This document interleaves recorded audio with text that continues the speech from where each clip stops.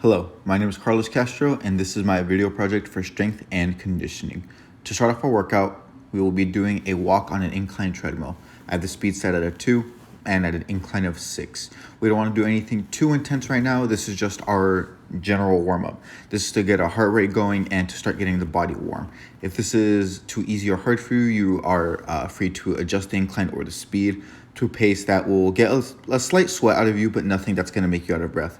We're going to be on this treadmill for 5 minutes. Now, for this general warm-up, we're going to be using the RAMP protocol. It contains 3 stages: rise, activate and mobilize, and potentiate. Right now, we are in the rise stage, which is just about increasing our heart rate and our core body temperature. Really, you could choose about any low-intensity aerobic exercise for this step, such as the Stairmaster, a stationary bike, or an elliptical, but I chose to do the incline walk to start off our warm-up just because it's something that I feel a majority of the people are familiar with and it's very easy to perform. It's just walking. As for why to even bother warming up, it's to get the body ready for exercise, both mentally and physically. On the physical side, warming up gets the heart rate up, increases circulation and overall body temperature. Getting into the muscles, they contract and relax faster and have a greater rate of developing force when you warm up beforehand. And it also just gets you into the right mindset. The feeling of warmth and heart rate going up gets you ready to do strenuous physical activity. While we have some downtime, I want to go over what we will be doing in this workout. I will be demonstrating 12 exercises by using 6 modalities. These modalities will be barbell, dumbbells, kettlebell, bands, bodyweight calisthenics, and manual resistance. Each modality will get an upper body and a lower body exercise, each with 3 separate sets. One set will be a baseline execution, then the other 2 sets will be variants on that original one in case the baseline execution was either too easy or too hard. Now, as you can see in the video, it seems that I am talking to someone. That's because I'm having someone record me. You'll probably see that a lot, just because it is awkward to have someone filming you and not talk to them for upwards of an hour. Next up, I want to talk about stretching and its place in the warm-up and the workout. In our warm-up, we will be doing dynamic stretches, not static stretches. Although you will see it recommended in some places or by people, it is not ideal to perform static stretches before the actual training. This is because the point of our warm-up is to get the body ready and primed to perform resistance training, while static stretching encourages the relaxation of muscles. On the other hand, dynamic stretching, all it is moving the joints through an active range of motion. And this will not encourage the muscles to relax, rather it gets the joint capsules ready to move around in a range of motion that we will be doing. Now, static stretches do have their time and place to be incorporated. Typically, a good time to incorporate them would be at the end of a workout, such as we will be doing today, or having a separate training session solely devoted to flexibility training. I'll be going over static stretches more once we reach that point in the video. However, for now, I'll be going over 2 other types of stretches. First, we have ballistic stretches. This is the type that you'll see where usually someone will reach into a stretch, and then at the end range of that stretch, they will start bouncing up and down and hold that for usually 5 to 10 seconds, that bounce. Now, this is not good because as your muscles are stretched, such as when you are stretching, they have a reflex called the stretch reflex where they want to contract. And if you are bouncing, there's a good chance that at some point during that stretch reflex where they're contracting, you are going to forcefully stretch out that muscle while it is contracting, which scientifically research says that can lead to injury. So in all settings, we do not want to do this ever. Ballistic stretches should never be performed. Now, our second type of stretch is PNF stretches. PNF stands for proprioceptive neuromuscular facilitation or feedback. And essentially what this is, with a partner, you will have a stretch position, but in that stretch position, you will push against your partner's resistance, hold that for typically around 5 seconds, and then relax, and then repeat that same pushing against your partner's resistance for another 5 seconds, back. PNF stretches will usually have both an acute and a long-term effect on your flexibility. If you do some PNF stretches for, say, hip flexion within 10 minutes, within that 10-minute time frame, you should see the effects of those PNF stretches. Your degree of flexion should be greatly increased. Now, as we move on to our second part of the general warm-up, we have the infinity rope. I like to add in this upper body aerobic work because if you just do a bunch of lower body aerobic work, then the muscles in your upper body will not be really ready and warmed up to get going. They'll get the overall feeling of warmness and the help of the circulation of the blood, but the muscles themselves won't have already been fired. Now, this was my first time using the infinity rope, and I was under the impression that the resistance was very light. But as you might be able to see here coming up, it ends up getting a little bit difficult for me to keep performing this. We are going at this for a full minute. If your gym does not have an infinity rope, another suitable replacement would be a arm bike. I know a lot of gyms will have at least 1 or 2 arm bikes, and that's also a great aerobic upper body exercise to get your upper body ready to start a workout. If your gym has neither of those, even just swinging your arms around is suitable. Ending off our general warm-up is going to be single leg hops. I'm going to be doing each leg individually for 30 seconds apiece for a total of 1 minute. I like the inclusion of these because they allow my legs to get used to not just producing force with my hops, but also to withstand the load of landing from the jumps. These would be also a good inclusion if you're going to be doing some sprint training or plyometrics training, because going from no shock absorption at all in your ankles and knees to full-blown sprints and box jumps is a good way to have both of those joints not feeling their best. You want to make sure that these hops are controlled, but you also don't want them to be slow. You want to really be bouncing up and down. Don't just be hopping around just for the sake of hopping around. Get your calves used to producing the force necessary to get yourself up off the ground. If you're even so inclined, feel free to start jumping around, maybe side to side, forward and backwards, whatever you may feel like to switch this up. Finishing off our general warm-up, we will be moving into the second stage of the ramp protocol. That will be activate and mobilize. Through this, we will be doing dynamic stretches to start moving our joints through an active range of motion to get them ready to be put through that range of motion during our training session. To start off, we will be doing wide arm circles. We will be doing these for 1 minute with no exact change in speed or direction. With these, you want to make sure that your arms are in control, but still moving wide enough to really loosen up that joint capsule. You don't want to be flailing your arms around or have them in such a tight circle that you're not even mobilizing that joint capsule. A fair amount of people suffer from shoulder immobility or shoulder pain and or impingement, so this is a good way to get them nice and loose and reduce the risk of injury or even just the feeling of your shoulders being in a bad place. I also recommend changing directions at least once or twice. Now, moving into our second dynamic stretches, we have one of my personal favorite dynamic stretches, leg swings.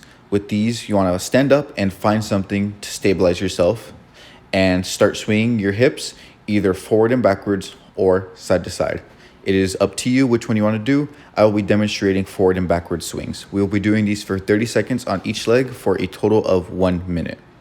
Before you start your leg swings, you want to make sure that you have enough room around you so that you are not hitting anyone or anything. In one of these clips, you will see me look back. That is because I kind of scraped my foot against a protrusion from the window. Nothing bad, but you still want to be careful of your surroundings because that could be a person. Similar to the arm circles, you want to keep these in control, but you also don't want to just do these for the sake of doing them. You really want to get that foot out in front of you and out back behind you to really get that stretch and really loosen up your hip joint. Again, a lot of people can suffer from hip immobility, so this is a great way to open them up. To finish up our warm-up section, we will be doing a walking lunge with a twist. For these, you just want to find a nice straight open area and take a lunge and twist into your sides, both sides. We'll be doing this for 1 minute, and while I have some time before our resistance training starts, I want to talk about the final stage of our ramp protocol, P for potentiate. You will not be seeing me do this in the video. However, it involves performing sport-specific activity, slowly increasing the intensity of your work until you reach the level of intensity of your actual training session. When it comes to traditional resistance training, this normally comes in the form as warm-up sets. You won't be seeing me do this because for all of my working sets, I will be doing weight that is already what would be considered a warm-up for me. However, you want to be sure to do this whenever you are doing your own resistance training, as jumping into training level intensities of work without the proper warm-up is a sure way to injure yourself. Now, to start off our resistance training, I'll be starting with the easier variation of this first exercise, barbell box squats. This will have the same setup as a regular squat, which I'll explain in a second. However, you will set up a bench just a little bit behind you, and you will use that bench to find your end range of motion. Whenever you reach that bench, you will fully sit on it, and then you will squat back up with the weight. I find a good way to find the actual bench is to basically get right up to it with your calves, and then just take a small step forward. These will be easier compared to a normal squat, as a lot of people have trouble either finding their end range of motion or properly getting into that end range of motion. So this takes all the guesswork out of whether you went deep enough or not, as you just have to sit on the bench and that is your end range of motion, and then you just stand back up. Next, we will be moving on to our standard variation of this exercise, standard barbell back squats. To start these, you want to have your feet about shoulder width apart and the barbell racked on top of your shoulders, right on your traps. To start a rep, you want to shoot your hips back and then slowly fall down into that squat, slow and controlled. And then once you hit the bottom where you are at least 90 degrees, you want to squat back up. The main muscles worked in this exercise are going to be the glutes, the quads, and the adductor group of the legs. You want to ensure that your body is tight and you are on the way down. You are breathing in while contracting your abs and then letting that breath out on the way up and keeping that contracted midsection the entire way. You also want to be sure that when you are in the bottom of the squat, often referred to as the hole, you are keeping your lumbar spine in that curved position. You do not want it to round. If it rounds, then you are at a higher risk of injuring your low back. You also want to be sure that during your workout, you are getting proper rest in between your sets. Not doing so will result in your sets ending because you are tired, not because your muscles have finished giving it all. Now, moving on to our final variation, we have pause squats. Everything will be the same as your standard squat, except at the very bottom, we are going to pause for a beat, about half a second to 1 second. What this does is it negates the stretch reflex that we talked about earlier, so that when you're at the bottom, it is a lot harder to come back out of the bottom, thus making this the harder variation. Two major things that you want to make sure that you're being careful with here is keeping that hard brace in your midsection while you're at that bottom and making sure that you are not expelling your breath too early. If you expel it too early, you're going to have trouble coming up out of that bottom, and it may cause you to fail your set. Now, moving on to our next barbell exercise is going to be the barbell bench press. For this setup, you want to make sure before you even lay down, you are retracting and depressing your scapula. That means you want to pinch your shoulder blades together and then press them back down. After that, you want to get onto the bench, keeping that position, and slide yourself down that bench until you are roughly eye level with the barbell. To do our first variation, the standard barbell bench press, you want to grab the barbell at about shoulder width, unrack it, and bring your arms down at roughly a 45-degree angle. You don't want to have your elbows flare out excessively, and you also don't want them to come super in close to your chest. You want them at that nice 45-degree angle to get an optimal loading on your shoulders, anterior fibers, your triceps, but mainly your chest, which is going to be the main mover in this exercise. To continue on how to set up better, you want to have a little bit of an arch. In order to achieve this arch, the way I like to do it is to have your shoulder blades firmly planted onto the bench and then lift up your glutes just a little bit, bring them back closer to your shoulder blades, then plant them down and have your legs spread just a little bit so that there's a constant tension on your quads. And now to get moved into our second variation is going to be the wide grip bench press. The traditional placement for wide grip is typically about double shoulder length, or a good benchmark would be to put your pinkies right around those smooth rings on the outside of the barbell. The reason that this is going to be an easier variation is that having the arms at this wider grip is going to bias more of the chest, which I'm sure you know is a much larger muscle compared to the triceps and the shoulders. Thus, it will allow you to move more weight easier. While the wider grip is going to have your arms flare out just a bit more than usual, you still want to make sure that your arms are not excessively flared out. This is a great way if you want to injure your shoulders. However, I'm sure most of us want to have healthy shoulders. So while they are going to be more flared out, make sure that you are still keeping them in a good range. Now, moving on to our final harder variation, we have close grip bench press. Now, what is considered close grip would usually be about to where whenever your hands come down, they will be just outside of your chest. You don't want them stacked directly in the middle because then you're going to run out of range of motion and your arms will not take the best path compared to having them in the position that I recommended for your triceps. Now, what is going to be biased here more is the triceps. And because, again, the triceps are a much smaller muscle, this is going to make the muscle harder. Now, moving on to our next modality and exercise, we have seated dumbbell curls. For this, you just need dumbbells and something to sit on, whether that's a bench or a box. For this, you want to grab 2 dumbbells and have them start with a supinated grip, which means your palms are going to be facing up and you're going to be bringing them up, flexing your elbow and bring them up to your shoulders.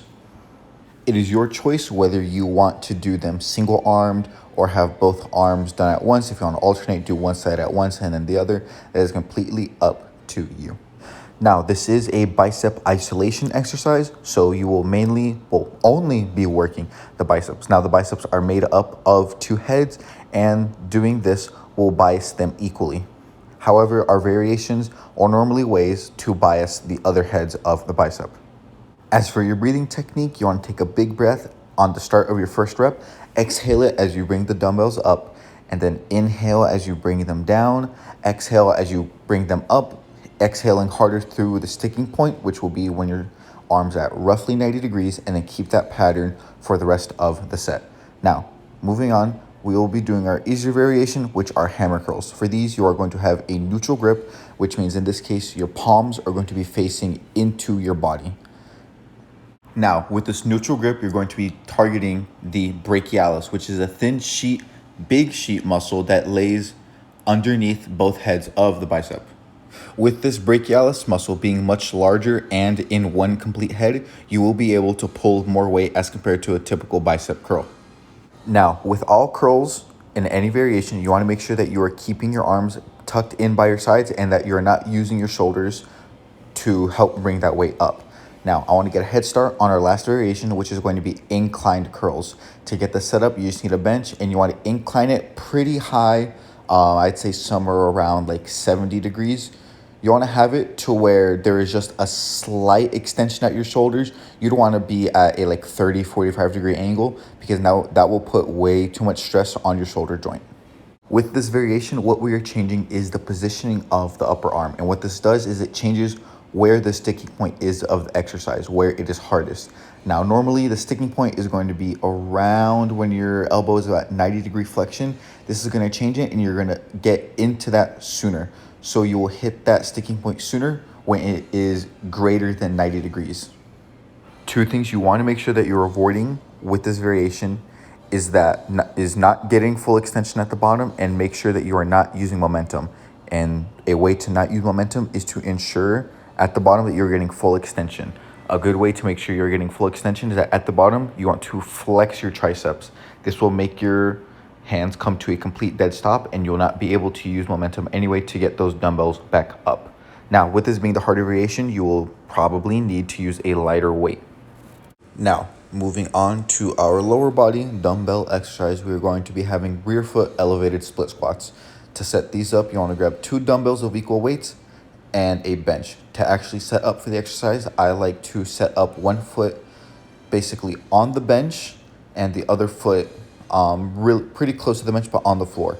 I like to sit back on that foot that is on the bench, extend out my free leg, plant it on the floor, move it around a little bit until it gets comfortable, and then stand up. I find that easier as a setup as opposed to just hopping around. Now, to execute this exercise, you want to just go straight up and down with the weight. You can choose to bias either more quads or more glutes by either shooting your knee out more forward, getting more knee flexion for the quads, or by sitting back more, which will give you more glute activation. When performing these, you want to make sure that, as always, you're keeping a tight core and you are breathing properly. This means that when you are on your way down with the weight, you are inhaling. And as you come up with the weight, you are exhaling.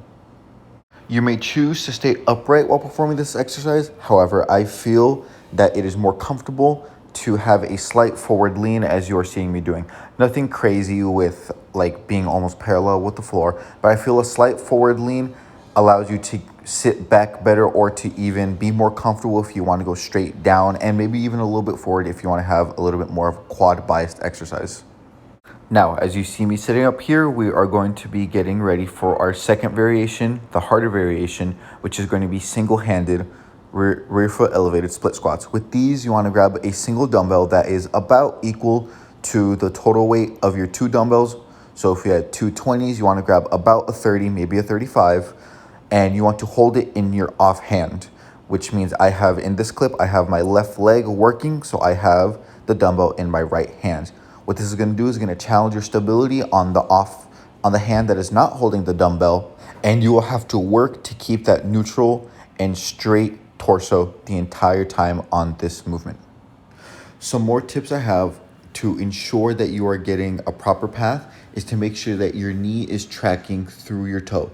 Don't let your knee go too far in or too far out. Have it go straight in line with your toe. And also, don't be afraid to have your toe pointing out a little bit or pointing forward. It's all based off whatever your anatomy is. Now, to get started with our last variation, and also the easiest variation, is going to be a rear foot elevated split squat, but with the elevation coming from a plate. Now, it's the same setup, but instead of having your foot elevated on a bench, it is going to be elevated on a plate. I find this to be easier because the elevation is not nearly as much, and you are able to actually put weight onto that back toe. Excuse my friend here, he's gonna try and say hi to me for a little bit. But with a traditional bench elevated split squat, you really don't want to have any weight on that back foot. That back foot's just there to be up. You want all your weight on your front foot. But with this one, you are able, if you want, to put some weight on that back foot. But you should still want to keep weight on the front foot. But the main benefit of this one is that it is a much more comfortable position for those of us that might have tight quads, tight hip flexors, tight hips in general. This will take some strain off of that, and it will be easier to get into position to actually perform the exercise. It's going to be the same thing. Grab those matching pair of lighter dumbbells from earlier, and it's the same concept. Go up and down.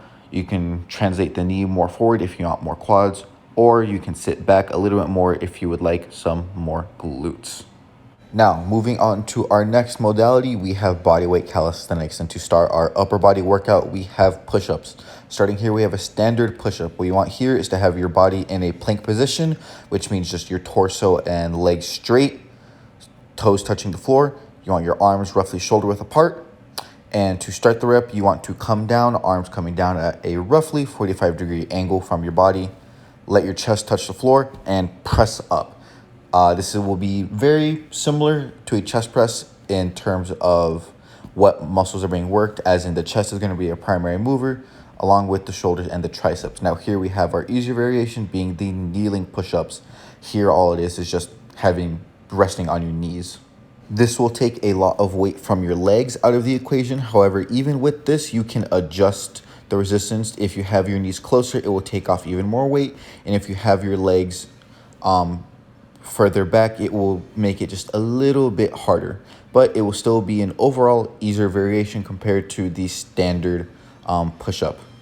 Again, with this, you want to make sure that you are maintaining proper breathing, which is whenever you will be going down to touch your chest, you will be inhaling, and as you press up to return back to your start position, you are exhaling. Now, moving to our final harder variation, we have a close grip push-up. With this, you want your hands roughly about the same width as your shoulders, to where they will be right next to each other as you come down. This will be our harder variation, as it will put more emphasis on the triceps and less on the chest, which will make it so that you will not be able to press as much weight and or do as many reps, because you will be biasing more of the triceps. Now, moving on to our lower body exercise, we have lunges. Now, to start off, we will be doing our standard lunges and doing all of one side at first, then the other.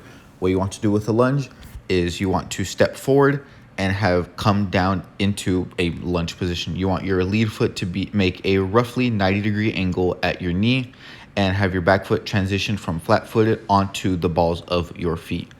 With this motion, you will be mainly using your quads and or your glutes to get out of that bottom position. With this exercise, you want to make sure that you are not just bouncing out of the hole. You want to make that slow, controlled descent, maybe even take a slight pause at the very bottom, and then control your way back up. You don't have to take an eternity to come up to the top, but don't get into that. Don't go into the bottom fast and then just bounce out of there. You also want to do what I am doing here and keep your arms inside close to your chest. Unless balance is really that bad of an issue with these, you can feel free to use them for balance, but I feel for most people it's not that big of a deal, so I say just keep them into the chest. Now, for our next variation, we have deficit lunges. Now, these are going to be the exact same motion, but the only difference is that you're going to start by standing on a plate. Now, what this is going to do is that it is going to increase your range of motion to where normally you would have stepped at the same level as the plate. You're going to have the extra height that the plate is giving you. And that's just a little bit further you're going to have to go. This will put just a little bit more emphasis on your glutes, but it is in general going to give you a greater range of motion that you're going to have to go through, and thus making this exercise harder compared to our standard lunge. One thing you do want to be careful of that I was experiencing myself during this is an unusual stretching or tightness in the quad and hip flexors of your back leg. I'm honestly not quite sure exactly what could have caused that or what even was causing that, but I feel that is something that you should be careful of because it was making some reps occasionally a little uncomfortable, and I felt like I couldn't really stretch as deep as I could into it. Now, one variation that you are able to do with all lunge variations is the length of your step. In general, if you take a shorter step, it will more easily allow you to translate your knee forward, resulting in more knee flexion, which will result in more quad activation. Or if you would like, you can take a longer step, which will allow you to achieve a little bit more glute activation. Now, for our last variation here, for our easier variation, is going to be supported lunges. And by this, you are going to, instead of starting on the plate, you are going to start on the floor like a normal lunge, but you will be stepping onto the plate. What this does is going to decrease your range of motion just that little bit. So with this, I felt that tightness earlier coming from my back quad that was completely removed from this exercise. Now, be careful not to make the step too high because making it too high will make it harder than the original one. And at some point, it could eventually get high enough to turn into a step up, which will just end up being an entire different exercise. With this supported variation, you will also possibly find it easier to achieve a glute bias on this just with the overall positioning of the legs. Your hips will be in a greater degree of flexion, therefore allowing them to extend on the way out of the end of the exercise. Now, moving on to our next modality and exercise, we have kettlebells, and more specifically, we will be doing goblet squats. For this, you want to grab a single kettlebell and support it in front of you on your chest, either by grabbing the handles as I'm doing here, or you can support it from the very bottom. With this, it's just going to be a regular squat. However, you're going to, like a normal squat, shoot your hips out and then immediately sink down into the squat. Now, with the weight being loaded in front of you, it is going to change how you move. You will be able to stay more upright throughout the movement as opposed to a back-loaded squat like we were doing earlier. With a back-loaded squat, you may have wanted to lean forward a bit more. However, with the weight loaded in front of you, there is no need to. And as a matter of fact, it will probably feel better to stay straight up with it. Now, to move on to our second variation, the harder variation, we are going to be doing pause goblet squats. Very similar to what we were doing with our back-loaded barbell squats. It is the same principle here. You're going to load up your goblet squat like normal. You're going to descend into the hole, and you're going to take a pause of roughly a half second to a second. It will, again, take out the stretch reflex and make it just that little bit harder to get out of the bottom of the squat. This time, again, you want to make sure that you are properly bracing and breathing on the way down into the hole, you want to make sure that you are inhaling and contracting your abdomen. And as while you're in the bottom, pausing, you want to make sure that you are holding not the breath, but you are holding the contraction. And then as you are pressing up, you want to make sure that you're, again, keeping that abdomen stiff, but exhaling. Now, one thing to note about goblet squats is that they can tend to be pretty taxing cardiovascularly. Just because you are holding the weight in your hands right in front of your chest, there's a chance that it happens to me, especially when I load heavier weights, that it just becomes a little bit harder to breathe. Also, you are just not used to having to support such a heavy load in your hands in front of you, so your spinal erectors will tend to become fatigued pretty quickly. Now, to move on to our final and easier variation, we have a heel elevated squat. You're gonna wanna put your heels on top of a plate and just squat like normal. Now, the reason that we are going to consider this easier is because a lot of people tend to suffer from ankle immobility. So this will allow you to reach a proper depth and properly get knee flexion in the knees to load the quads sufficiently. And again, as always, ensure that you are staying upright during this movement with a stable core. Now, to move on to our other exercise, we are going to have shoulder press. What you want to do here is grab a pair of kettlebells, put them in your hands, and have them in what is called the rack position, where the actual weight is going to be behind your hand. With this, we're going to be doing a standing variation. So you're going to have your arms come down at about a 45-degree angle and push up above your head. This exercise is going to mainly be working the front delts and a little bit of your triceps. Now with this, again, as always, you want to make sure that since we are standing, you are maintaining both a strong base by having your feet shoulder width apart and toes pointed slightly outward, and also a strong core by inhaling on the down and exhaling, pushing through the up, and maintaining a strong core the entire time. Now to move on to our harder variation, we're going to sit down because this is going to be a stability exercise. We're going to invert the kettlebell, as you see I'm doing here, and we are going to be doing single arm presses. You can choose to do these with both arms, but I find that focusing on the stability is quite challenging because most people do not work on the rotator cuff, myself included. So I like focusing on the one arm. With my off arm, I tend to do the slot where I like to place it on the abdomen of my body just to remind myself to keep a tight core and to breathe correctly. Now, when you are doing this, you're going to notice very quickly that after the first, second, third rep, it is very tough to keep that shoulder stabilized, which is why you want to do this slow and controlled. And even more so than exercises already are, this is about a quality technique. I could realistically have maybe gotten a couple more reps at the end of these sets, but they would not have been as quality reps. You want to make sure that you are maintaining a good, strong position with your hand keeping the kettlebell upright. Make sure that your hand, your arm, your elbow are all following a correct path of the shoulder press. As you can see, this exercise taxed me pretty bad because I do not work on my rotator cuff. Now, to talk about the rotator cuff, it is a group of 4 muscles: the teres minor, the infraspinatus, the supraspinatus, and the subscapularis, and they all work to together stabilize your shoulder as it moves through a range of motion. So our goal with this exercise was to challenge those stabilizer muscles and get them to really work, because they work anyway when you're doing a shoulder press, but having them inverted and have to work to keep that weight on top of your hand, it's just a different level of stabilization that most people do not work on. Now, to move on to our final and easier variation, we are just going to be doing a seated press.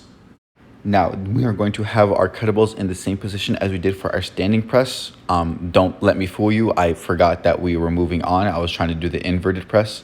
But yes, all we are changing here is we're going to be standing instead of sitting. This will offer us just a little bit more stability. If you'd want, you could either get a bench or you could sit up against the wall to achieve even greater stability.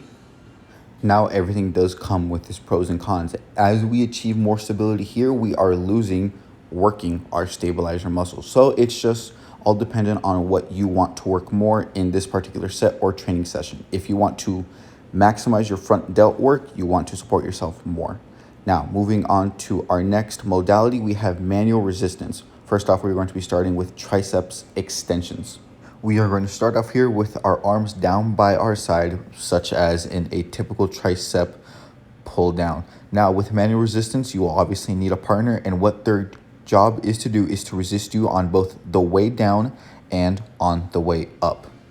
With this exercise being a tricep extension, this is obviously going to be a tricep isolation exercise where we're going to be targeting the triceps brachii that is made up of 3 heads, the long, medial, and lateral head, which will, for most of these, be hit pretty equally.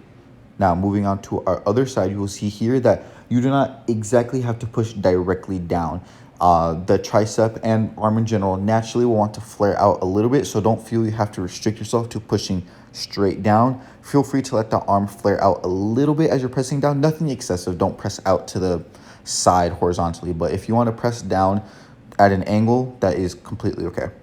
Now, a major component of this type of resistance, manual resistance, is going to depend on your partner, both their positioning, but I think most importantly, their strength level. If your partner is sufficiently strong, at least mildly equal to your strength level, they will be able to give you a proper resistance. Now, moving on to our second variation here, we're going to have our arms directly out in front of us. What I like to do, as you see me doing here, is I like to support my elbow with my offhand just to make sure that I am limiting how much my elbow is moving. Obviously, it is still moving a fair amount, but having my arm there gives me something for my triceps to extend off of, as opposed to just trying to extend off of the stability of my shoulder. Now, given the bracing of the offhand and the fact that this motion is similar, very similar to a close grip bench press or a close grip push-up as we were doing earlier, this is going to be considered our easier variation. Now, with this variation, you do not want to have your arms flare out like we were with the last variation, where it was okay if your arms flared out. For this one, you want to keep your upper arm and your forearm aligned as you are pressing. Now, I am doing a poor job of demonstrating this, but you want to try and keep your body upright and rigid, and don't let your shoulder move your arm around too much. Again, I'm not doing the best job of demonstrating this, but do as I say, not as I do. Now, as we finish this up, we will be moving into our harder variation, which is going to be with our arms above our head. Now, you'll see here we have a little trouble figuring out a proper way to get this situated, especially since my partner is shorter than me. But we eventually figure out that having the person working, myself, kneeling is best, because it not only is just a comfortable way to have her apply resistance, but she is also in a more powerful position to apply resistance to me. With this variation, you want to make sure that you are keeping your arm upright, but unlike our second variation and like our first variation or standard variation, it is okay if you allow your arm to travel outward slightly. You do not have to be pressing directly in line with your upper arm. You can press out to the side a little bit if it is more comfortable to you, as you see me doing here. And as you can see in this position, unlike earlier, my partner is able to provide me some pretty adequate resistance while in her position. Because she is above me and able to push down into my pushing arm, she is able to provide a very good resistance. Now, I realize you can't exactly see what's going on with my working arm now, which is why during this set, you'll see me slowly start to rotate so that you can see what's going on. And what you can see is my arm path. Like I talked about earlier, I don't have my arm pointed straight directly ahead of me. I have it kind of out to the side because it is more comfortable for me and I feel allows me to press better.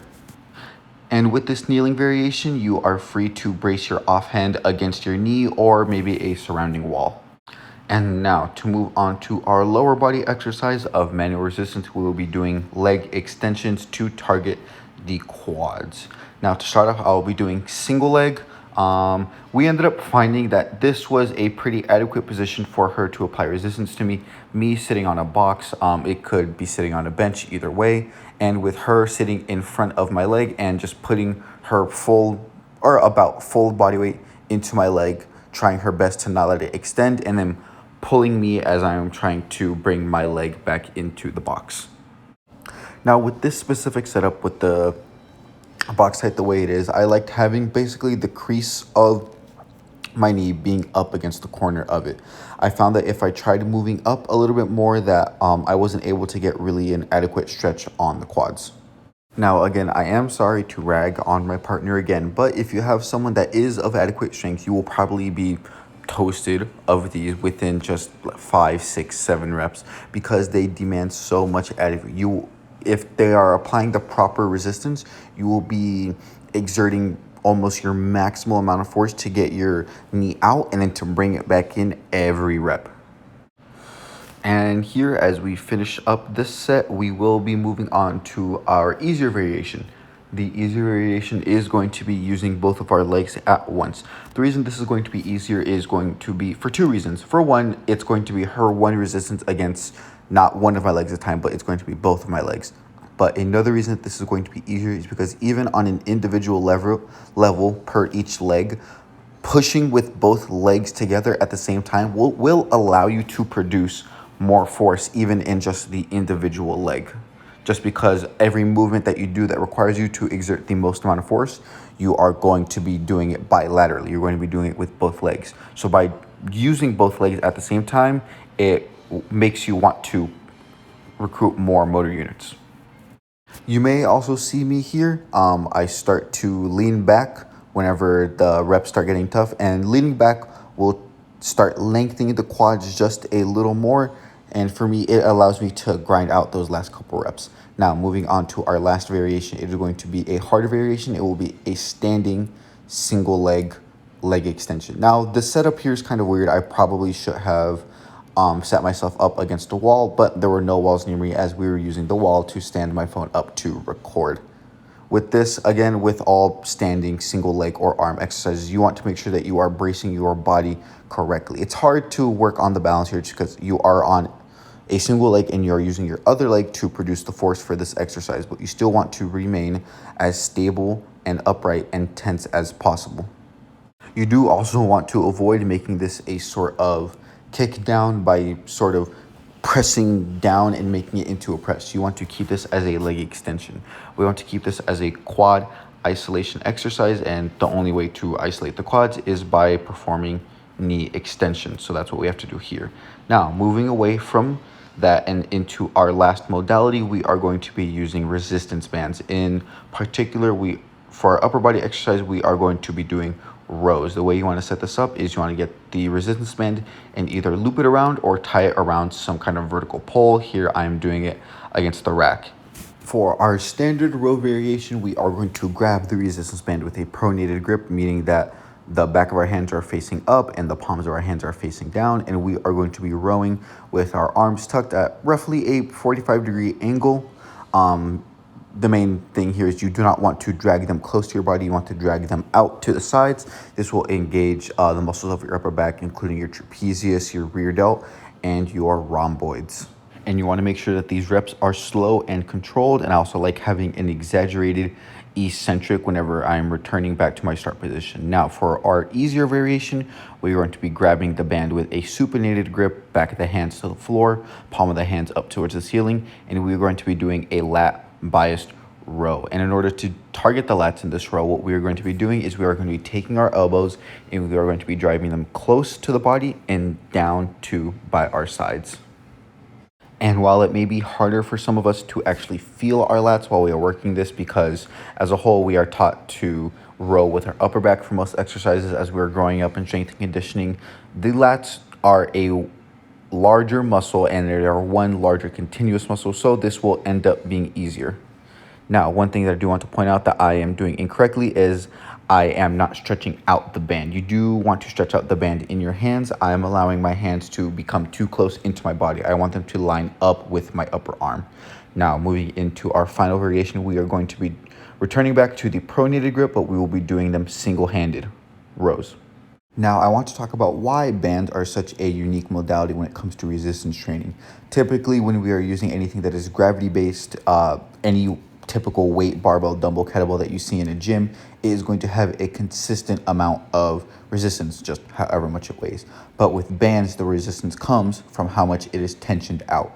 So with this, as you are completing the rep, as you are rowing, pulling your arms back, the the band is being tensioned out more. So therefore the greatest amount of tension and therefore the greatest amount of force you will have to produce is going to be at the very end of your rep. And as you are slowly letting go in the eccentric, it's going to get easier, and lighter. Now, moving on to our lower body exercise, we are going to be doing hamstring curls. Now, the setup to this is going to be pretty similar. You are either going to loop or tie the resistance band around something vertical. Like again, I just did the rack, but I did it on a more bottom portion. If that's not available to you, you could also just stick it under either a plate or wrap it or trap it under a dumbbell. And with the free end, you're going to wrap it around your ankle and just bring your foot back into your body and activate those hamstrings. Now, most people are lacking in hamstring strength, whether it's absolute strength or relative strength compared to the quads, and especially they are lacking the strength when it comes to using them in an isolation exercise, which is why I like to isolate my quads, especially with the band, because of their unique property of the elasticity and having the hardest part being when you are the most contracted. And with this being a seated variation, take advantage of the seat. Don't have your arms just resting somewhere. I like to grip the bench and use that to make my body tense as I am contracting my hamstrings during this exercise. I find that it allows me to better contract the hamstrings.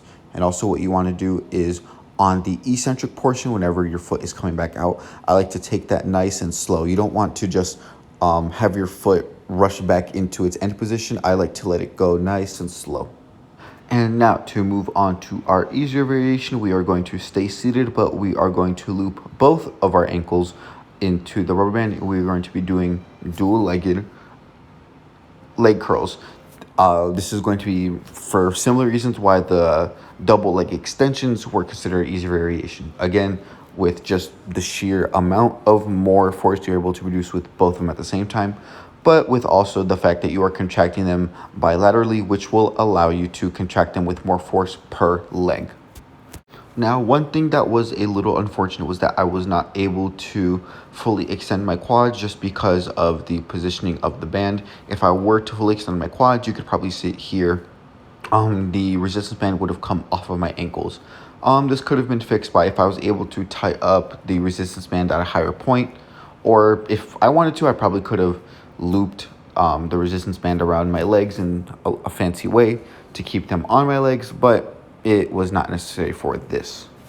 And now to moving on to our final variation and our final resistance training exercise of today, we're going to be doing standing single leg curls. Now it's going to be the same as the original curls. However, one tip I do have is what you'll see me doing here is if you have a resistance band like mine that is long, flat, and thin, you want to try and open it up and press it flat against your calf, because this way there will be more friction along your calf and it is less likely to roll up and move up your leg. You will see when I switch to my other leg that unfortunately ends up happening, and it is both painful and annoying because once the resistance band makes its way up your leg and close to your knee cavity, there is essentially no resistance whenever you are doing the curls, and you are basically not doing the curls.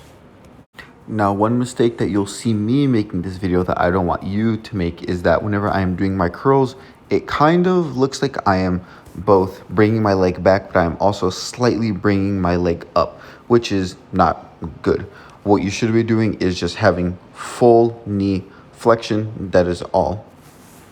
And you'll see as I start moving to this leg, I'm able to start getting a couple reps in, but eventually the band starts to roll up and go up my leg, and I'm unable to do a good amount of reps. So which brings me to that there are in general about two different types of bands. There are the long flat ones that I have here, or there are ones that look like, I guess, more traditional bands that you would think of. They are already rope-like, and in the instance that you have a rope-like one thing I would consider doing is just tying it around your ankle. And here we are in the final part of our workout where we are going to be having a cool down consisting of static stretches. Here I'm going to be starting with what I call a pigeon stretch. The way I like to get into this is, as you saw, I like to get into a lunge, and then I like to collapse my lead foot and leg so that my foot is pointing inwards and my knee is on the ground, and then I lean into my knee. You are mainly going to be feeling this stretch in your vastus lateralis, the outer quad muscle, and a lot in your glutes.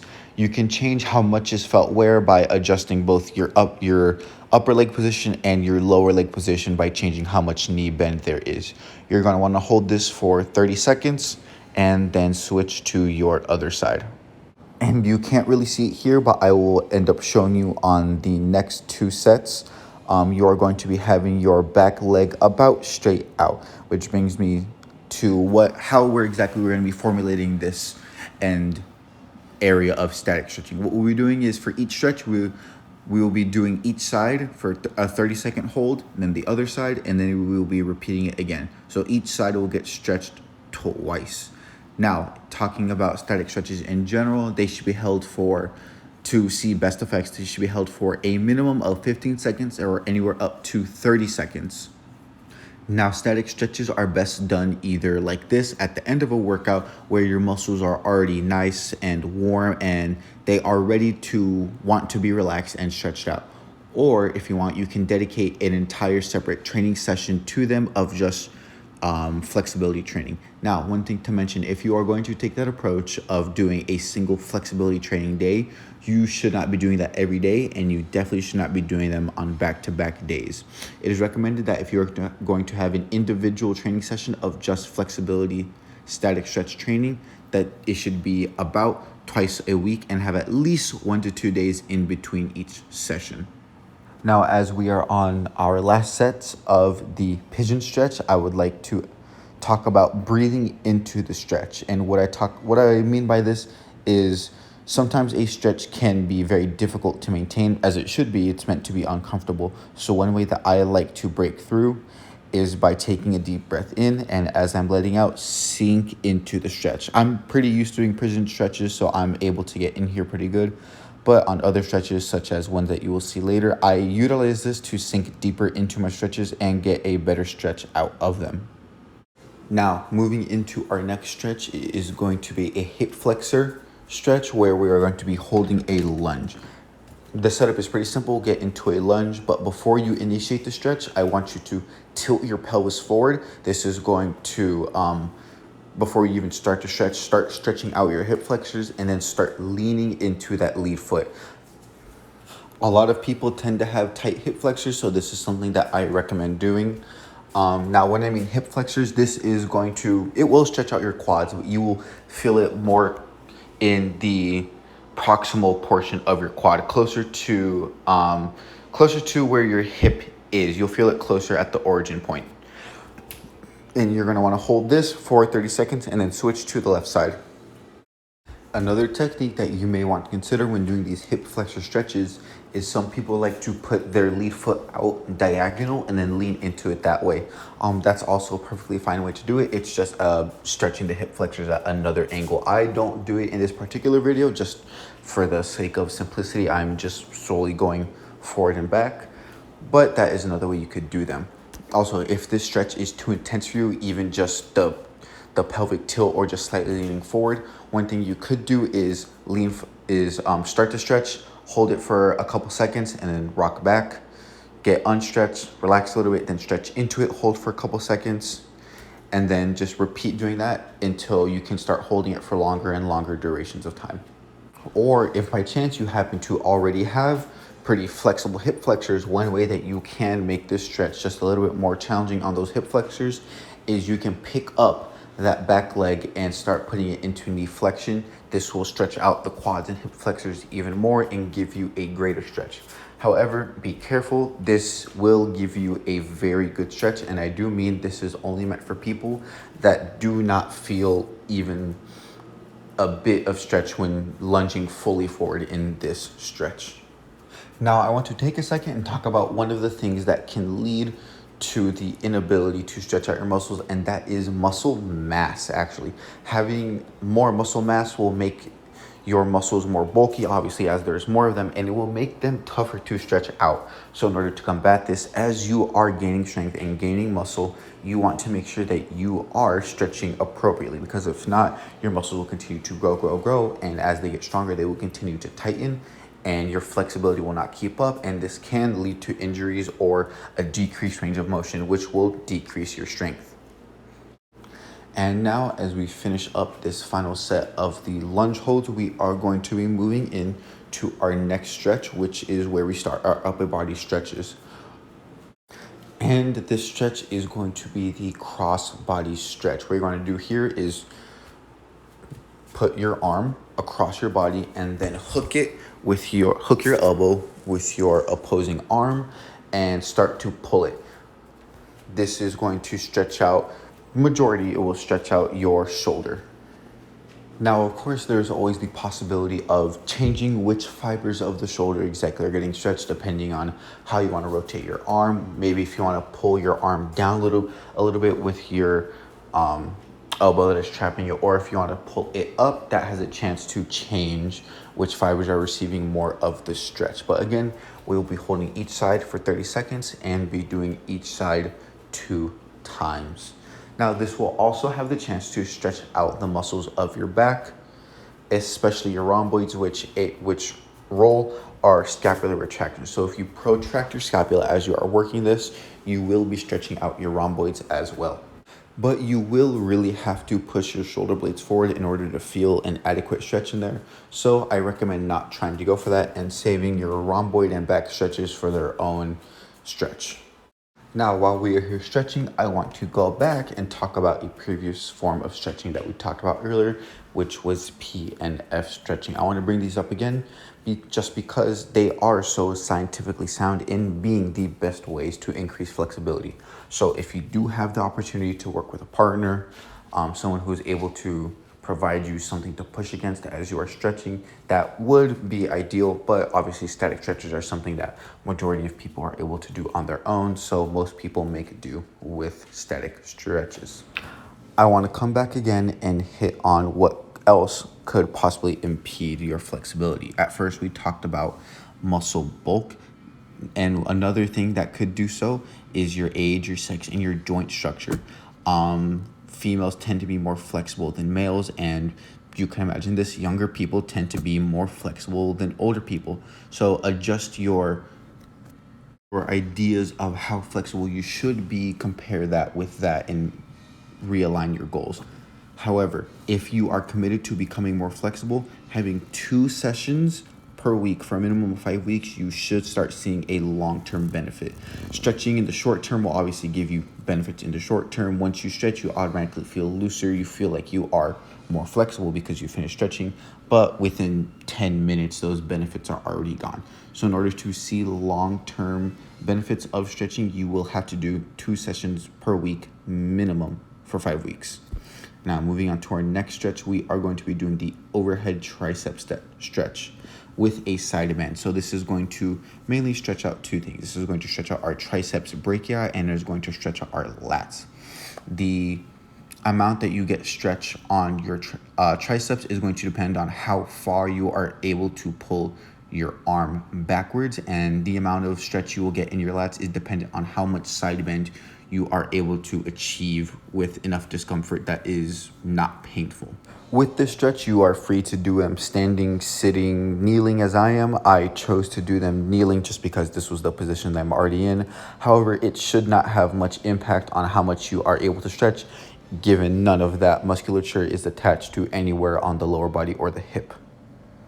Now, this is one of my personal stretch because most people tend to have tight lats. They already don't work out their lats as much as they should, and because whenever they do work them out, they are likely not taking them through a full range of motion. They are not getting the flexibility that they should. Now, bringing up range of motion, working out in a full range of motion is a good way to access and keep your flexibility. If you are squatting in a full range of motion, you should have good hip, ankle, and knee, quad, hamstring flexibility as well. If you are quarter repping your squats without good reason, unless you're a jumper, then you are very likely going to have poor flexibility in those key areas of a squat. Now, I want to talk about the importance of having a stretching cool down. Most people do not cool down. Most people barely even warm up before their exercises. And you don't have to do as much stretching as I'm demonstrating in this video. Even just a couple of stretches within 5 to 10 minutes after your workout will have incredible benefits on your flexibility and range of motion. You don't have to do the full days of flexibility unless you feel that you are severely lacking in the flexibility area. But just taking those couple minutes after a workout to hit some quick stretches for 15 seconds, do a 5-minute session, you are able to target a lot of different muscles to start stretching out, and that will have a positive impact on your performance, both strength training and in your athletic performance. It also is important to realize that flexibility is something that you have to keep up. Similar to strength and aerobic capacity and anaerobic capacity, it is fairly easy to gain those things, but it is also easy to lose them. So you have to make sure that you are constantly working on your flexibility. Even if you have finally reached a point that you are happy with, you are satisfied with, you have to keep pushing yourself at least a little bit, because if you are not pushing yourself, you will regress past your point of where you were, and you will be upset. And finally, moving on to our final stretch, we are going to be having the standing quad stretch. So all this entails is obviously standing up, finding something to support yourself with, and bringing your leg up behind you, grabbing hold of your ankle, having your upper leg straight down, and pulling your ankle to your butt to stretch out your quads. Now, if you are flexible enough to sufficiently squat to a low enough depth, this is likely pretty easy for you. So there are a couple ways that you are able to challenge yourself and stretch yourself out more. The first, and I would say the easiest way to challenge yourself, is instead of having right leg, right hand, left leg, left hand, try switching. So if you want to stretch out your right quad, try putting your ankle into your left hand. This will have your hip slightly externally rotated, and it will change which muscles exactly of the quad are getting stretched the most. The second variation that you can do is push your hips forward as you are stretching. Similar to the lunge hold where we initiated the movement with a pelvic tilt, you can do the same during a quad stretch and it will achieve the same thing. It will passively stretch out those hip flexors even more before you even begin to bring that leg up to stretch it out. And with this stretch, you want to make sure that you are maintaining an upright body position. Even leaning forward just a little bit at the hip will cause your hip flexors and quads to start shortening, and thus defeating the purpose of stretching, because they will no longer be in a stretched position. So make sure that you are maintaining upright posture. Do not be like me.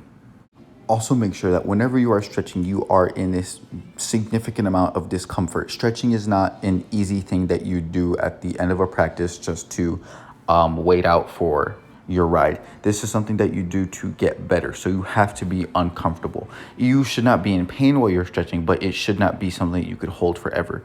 You should be pushing your discomfort level. How much you want to push that is up to you. If you push it more, you will obviously see better results quicker. And with these last couple moments in our stretch, we are going to be done with our workout video. And to wrap up our video, I will give one last quick overview of what we went over.